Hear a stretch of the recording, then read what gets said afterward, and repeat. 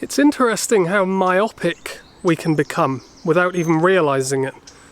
Because as a culture, that's our current trajectory, you know, to be completely enchanted by whatever is directly in front of us. And thanks to the internet, whatever that is may not even be in front of us. It may be on the other side of the world. We become so engrossed in a kind of linear focus that we neglect to appreciate or even realize that there's an unfathomably complex world living and dying all around us, and we're a part of that world.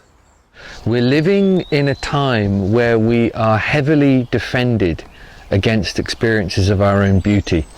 What's going on with the laptops and the screens and everything, it means that our gaze is becoming compromised. We no longer feel the 10,000 trembling secrets at the edges of our vision. But go to any indigenous hunter and say, where is your vision most potent? And it is on the edge of things.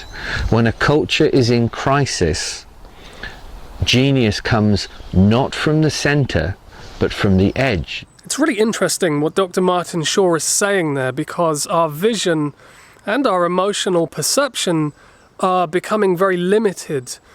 And it's like we've discussed here a number of times before, we are an integral part of the ecosystem that surrounds us. But if we start to believe that we're separate from it, if we start to behave like we're separate from it, then we do suffer for it. The gradual passing of the clouds, the ripples in water,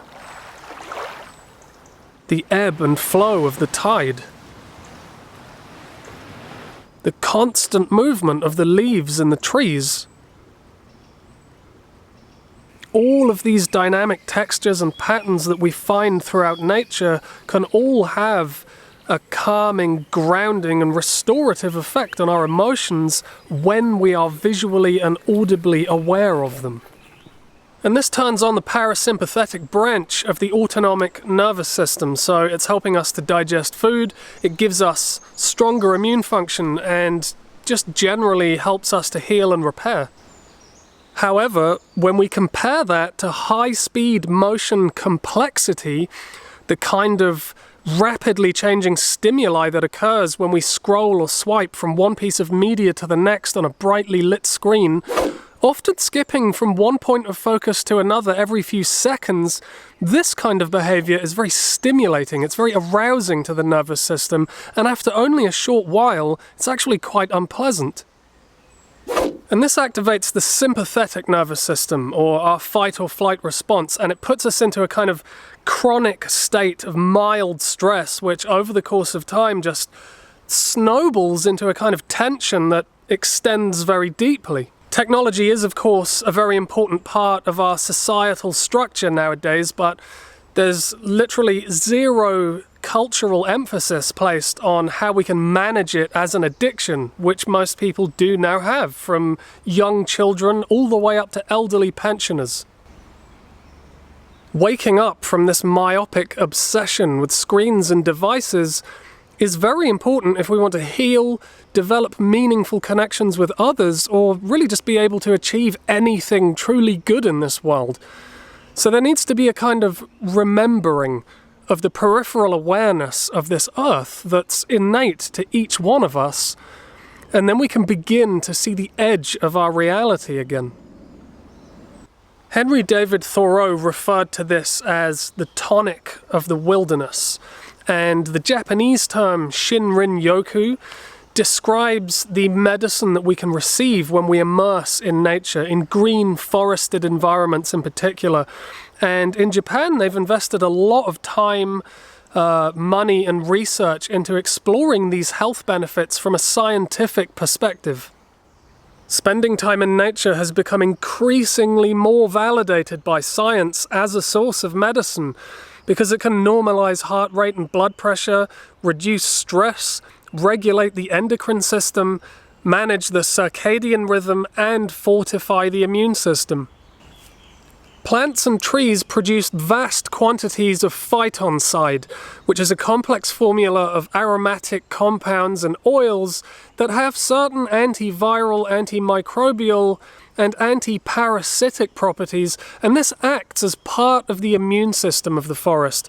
And research has shown that phytoncide also influences the human immune system in a very positive way when we are in its presence.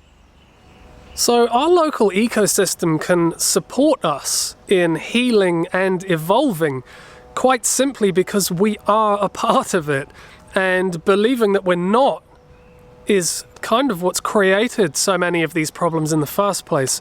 So turning towards the nature around us is a kind of antidepressant. It's the antidote to so much of what plagues this modern society. The hour is very late for us now as a culture. It is very late and we have to wake up. It's not a question of, it's not just about victory, it's about our capacity to make homemaking skills again in ourselves for something that is bigger than us. That we learn to bend our head again, that we learn some humility. We were caught in an old love affair with the tumbling earth, and if our time is drawing to a close, should we not make beauty with it? Should we not? What possible fucking message should we be giving our kids other than that?